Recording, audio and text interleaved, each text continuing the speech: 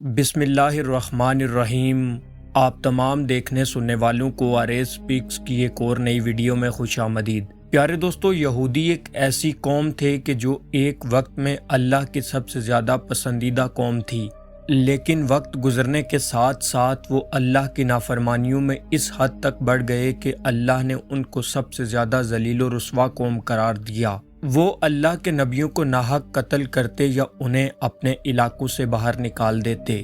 یہی بات ہے کہ تاریخ ایسے واقعات سے بری پڑی ہے کہ ان قوموں پر اللہ کی طرف سے عذاب نازل کیے جاتے رہے اور مختلف اوقات میں ان کی شکلیں بھی بدل دی جاتی رہی، جیسے کہ کچھ لوگ بندر، کچھ ریچھ اور کچھ سور وغیرہ بن گئے۔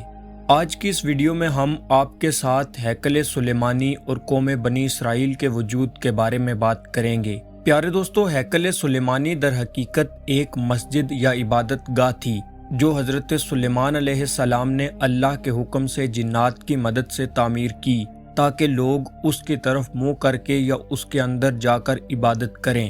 ہیکل سلیمانی کی تعمیر سے پہلے یہودیوں کے ہاں کسی بھی باقاعدہ عبادت خانے یا ہیکل کا کوئی وجود نہ تھا۔ اس قوم کی خانہ بدوشوں والی زندگی تھی اور ان کا ہیکل یا معبد ایک خیمہ تھا۔ اس خیمے میں ایک خاص قسم کا تابوت رکھا جاتا تھا جس کی جانب وہ منہ کر کے عبادت کیا کرتے تھے۔ اس تابوت کو تابوت سکینہ کہا جاتا تھا۔ روایات کے مطابق وہ تابوت جس لکڑی سے تیار کیا گیا تھا اسے شمشاد کہتے ہیں، اور وہ صندوق جنت سے حضرت آدم علیہ السلام کے لیے بھیجا گیا تھا۔ وہ تابوت نسل در نسل انبیاء کرام علیہ السلام سے ہوتا ہوا حضرت موسیٰ علیہ السلام تک پہنچا، اور اس مقدس صندوق میں حضرت موسیٰ علیہ السلام کا عصا، من و سلوہ اور دیگر انبیاء کرام کی یادگاریں تھیں۔ یہودی اس تابوت کی برکت سے ہر مصیبت اور پریشانی کا حل تلاش کر لیا کرتے تھے اور مختلف اقوام کے ساتھ جنگوں کے دوران اس صندوق کو لشکر کے آگے رکھا کرتے تھے، جس کی برکت سے ان کو دشمن پر فتح حاصل ہو جایا کرتی تھی۔ جب حضرت داؤد علیہ السلام کو بادشاہت عطا ہوئی تو آپ نے اپنے لیے ایک محل تعمیر کروایا۔ ایک دن ان کے ذہن میں خیال آیا کہ میں خود تو محل میں رہتا ہوں جبکہ میری قوم کا معبد آج بھی خیمے میں رکھا ہوا ہے، جبکہ بائبل میں یہ الفاظ کچھ اس طرح سے ملتے ہیں۔ بادشاہ نے کہا، میں تو دیودار کی شاندار لکڑی کے بنے ہوئے محل میں رہتا ہوں، مگر خداوند کا تابوت ایک خیمے میں پڑا ہوا ہے۔ اس کے بعد آپ نے ایک ہیکل یعنی ایک ایسے محل کی تعمیر کا ارادہ کیا جس میں اس تابوت کو رکھا جائے، اور اس کے لیے ایک جگہ کا تعین کیا گیا۔ ماہرین نے آپ کو مشورہ دیا کہ اس ہیکل کی تعمیر آپ کے دور میں ممکن نہیں، لہٰذا آپ اس کا ذمہ اپنے بیٹے حضرت سلیمان علیہ السلام کو دیجیے۔ اس کے بعد حضرت سلیمان علیہ السلام نے 970 قبل مسیح سے 930 قبل مسیح کے دوران اپنے دور حکومت کے چوتھے سال میں اس کی تعمیر کا باقاعدہ آغاز کیا۔ آج اس کی بناوٹ اور مضبوطی کا اندازہ کیا جا سکتا ہے کہ وہ تعمیر انسانوں کے بس کی بات نہیں تھی۔ اتنے بھاری اور بڑے پتھروں کو ان جنات کی طاقت سے چنا گیا تھا جن پر حضرت سلیمان علیہ السلام کی حکومت تھی۔ ہیکل کی پہلی تعمیر کے دوران ہی حضرت سلیمان علیہ السلام اس دنیا سے رخصت ہو گئے، لیکن جنات کو یہ پتہ نہ چل سکا اور انہوں نے ہیکل کی تعمیر جاری رکھی۔ یہ بہت مشہور واقعہ ہے کہ حضرت سلیمان علیہ السلام کی روح اللہ نے دوران عبادت ہی قبض کر لی، لیکن اس کی ترکیب اس طرح بنی کہ آپ ایک لکڑی پر سر اور کمر رکھ کر عبادت میں مصروف ہو گئے، اور اس لکڑی کے سہارے سے یوں لگتا تھا کہ آپ ابھی عبادت میں مصروف ہیں، لیکن اسی حال میں آپ کی روح کو قبض کر لیا گیا۔ لیکن جنات کو اس بات کا اندازہ نہ ہو سکا۔ وہ اس عالی شان اور وسیع و عریض محل کی تعمیر میں لگے رہے، لیکن ایک عرصے بعد جب دیمک نے لکڑی کو کھایا تو حضرت سلیمان علیہ السلام کا جسم زمین پر گر پڑا۔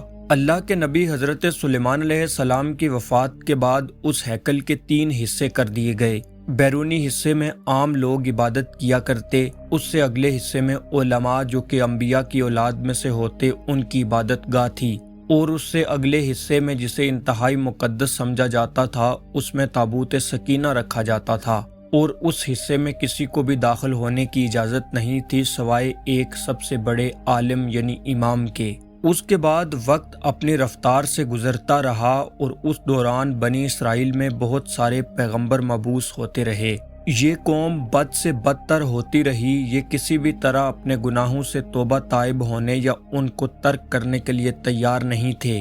ایک جانب یہ اللہ کی عبادتیں کیا کرتے، دوسری جانب اللہ کے احکام کی صریح خلاف ورزی بھی کیا کرتے۔ ان کی اس دوگلی روش سے اللہ پاک ان سے ناراض ہو گیا اور ان کے پاس ایک بہت بڑی تعداد میں انبیاء کرام بھیجے گئے، لیکن یہ قوم سدھرنے کو تیار نہ تھی، حتیٰ کہ ان کی شکلیں تبدیل کر کے بندر اور سور تک بنائی گئی، لیکن وہ گناہوں سے باز نہ آئے۔ تب اللہ رب العالمین نے ان پر لعنت کر دی۔ 586 قبل مسیح میں بخت نصر نے ان کے ملک پر حملہ کیا اور ان کا ہیکل مکمل طور پر تباہ و برباد کر دیا۔ اس نے ہیکل میں سے تابوت سکینہ نکالا، 6 لاکھ کے قریب یہودیوں کو قتل کیا، تقریباً 2 لاکھ یہودیوں کو قید کیا اور اپنے ساتھ بابل عراق لے گیا۔ شہر کے باہر یہودی غلاموں کی ایک بستی تعمیر کی جس کا نام تل ابیب رکھا۔ 70 سال تک ہیکل صفائے ہستی سے مٹا رہا۔ دوسری طرف بخت نصر نے تابوت سکینہ کی شدید بے حرمتی کی اور اسے کہیں پھینک دیا۔ تاریخ میں بیان کیا جاتا ہے کہ اس حرکت کا عذاب اسے اور اس کے ملک کو اس طرح ملا کہ سن 539 قبل مسیح میں ایران کے بادشاہ سائرس نے بابل عراق پر حملہ کر دیا اور بابل کے ولی عہد کو شکست فاش دے کر بابلی سلطنت کا مکمل خاتمہ کر دیا۔ پیارے دوستو، سائرس ایک نرم دل اور انصاف پسند حکمران تھا۔ اس نے تل ابیب کے تمام قیدیوں کو آزاد کر کے ان کو واپس یروشلم جانے کی اجازت دے دی اور ساتھ میں ان کو ہیکل کی نئے سرے سے تعمیر کی اجازت بھی دے دی اور اس کی تعمیر کے لیے ہر ممکن مدد فراہم کرنے کا وعدہ بھی کر لیا۔ اس کے بعد ہیکل کی دوسری تعمیر 537 قبل مسیح میں شروع ہوئی، لیکن تعمیر کا کام سر انجام دینے والوں کو اپنے ہم وطن دشمنوں کی اتنی زیادہ مخالفت کا سامنا کرنا پڑا کہ تعمیراتی کام جلد ہی عملی طور پر بند ہو گیا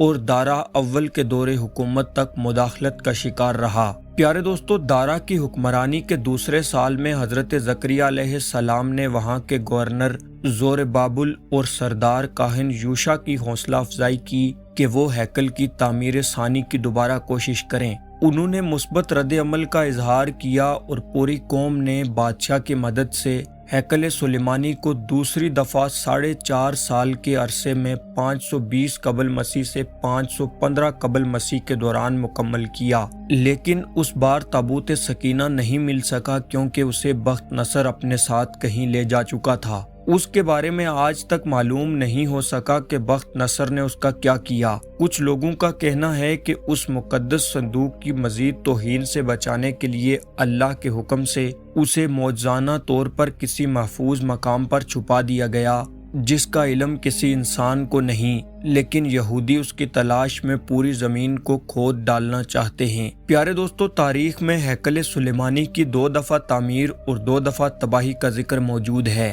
لیکن تاریخ کے مطالعے سے ایک دلچسپ بات یہ بھی سامنے آتی ہے کہ ہیروڈس بادشاہ جو حضرت عیسیٰ علیہ السلام کی پیدائش سے چند سال پہلے کا بادشاہ تھا، اس نے جب ہیکل سلیمانی کی بہتر طریقے سے تعمیر کی نیت کی تو یہودیوں کے دل میں یہ خوف پیدا ہوا کہ اگر اسے نئے سرے سے تعمیر کرنے کے لیے گرایا گیا تو دوبارہ تعمیر نہیں ہو سکے گا۔ ہیروڈس نے ان کو بہلانے کے لیے کہا کہ وہ صرف اس کی مرمت کرانا چاہتا ہے، اسے گرانا نہیں چاہتا۔ اس کے بعد اس نے سن 19 قبل مسیح میں ہیکل کے ایک طرف کے حصے کو گرا کر اسے تبدیلی کے ساتھ اور کچھ وسیع کر کے تعمیر کروایا اور وہ طریقہ کامیاب رہا۔ یوں یہودیوں کی عبادت میں خلل ڈالے بغیر تھوڑا تھوڑا کر کے ہیکل گرایا جاتا اور اس کی جگہ نیا اور پہلے سے مختلف ہیکل وجود میں آتا رہا۔ یہ کام 18 ماہ میں مکمل ہوا اور یوں تیسری بار ہیروڈس کے ذریعے ایک نیا ہیکل وجود میں آ گیا۔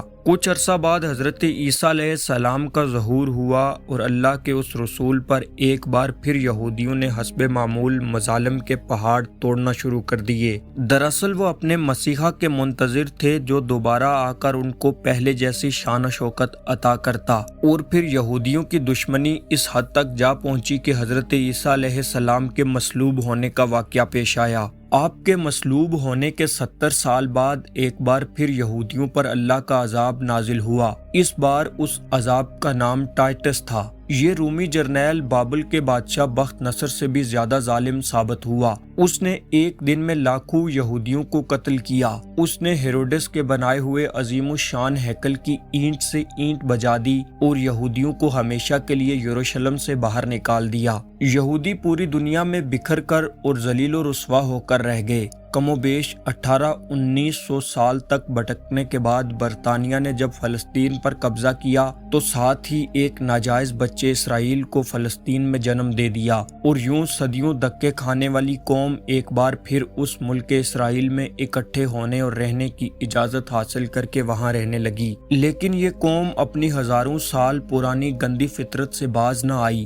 یہ برطانیہ کے جنم دیے ہوئے اسرائیل تک محدود نہ رہے، بلکہ ایک بار پھر ہمسایہ ممالک کے لیے اپنی فطرت سے مجبور ہو کر مصیبت بننے لگے۔ 5 جون 1967 کو اس نے شام کی گولان کی پہاڑیوں پر قبضہ کر لیا۔ 1968 میں اردن کے مغربی علاقے پر قابض ہو گئے اور اسی سال مصر کے علاقے پر بھی کنٹرول کر لیا۔ آج اس قوم کی شرارتیں اور پھرتیاں دیکھ کر اندازہ ہوتا ہے کہ یہ آج سے 2-3 ہزار سال قبل پہلے کس قدر سازشی رہے ہوں گے، جس کی وجہ سے اللہ نے ان پر لعنت کر دی۔ پیارے دوستو، اب ان کا اگلا مشن جلد از جلد اسی ہیکل کی تعمیر ہے، اور اس ہیکل میں تخت داؤد اور تابوت سکینہ کو دوبارہ رکھنا چاہتے ہیں تاکہ ایک بار پھر اپنے مسیحا کے آنے پر پوری دنیا پر اپنی حکومت قائم کر سکیں۔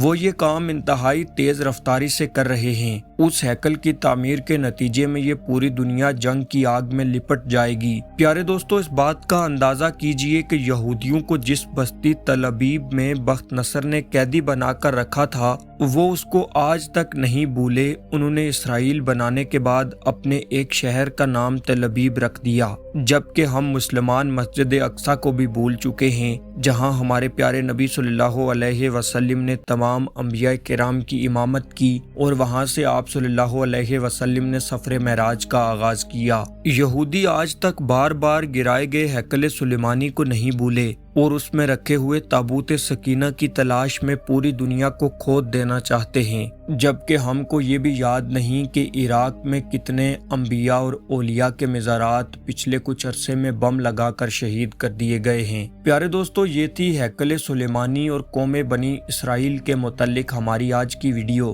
ہم امید کرتے ہیں کہ آپ کو یہ ویڈیو پسند آئی ہوگی۔ ویڈیو پسند آنے کی صورت میں اسے لائک اور چینل کو سبسکرائب کر دیجئے۔ آپ سے ملاقات ہوتی ہے اسی طرح کی ایک اور نئی ویڈیو میں۔ تب تک کے لیے اللہ حافظ۔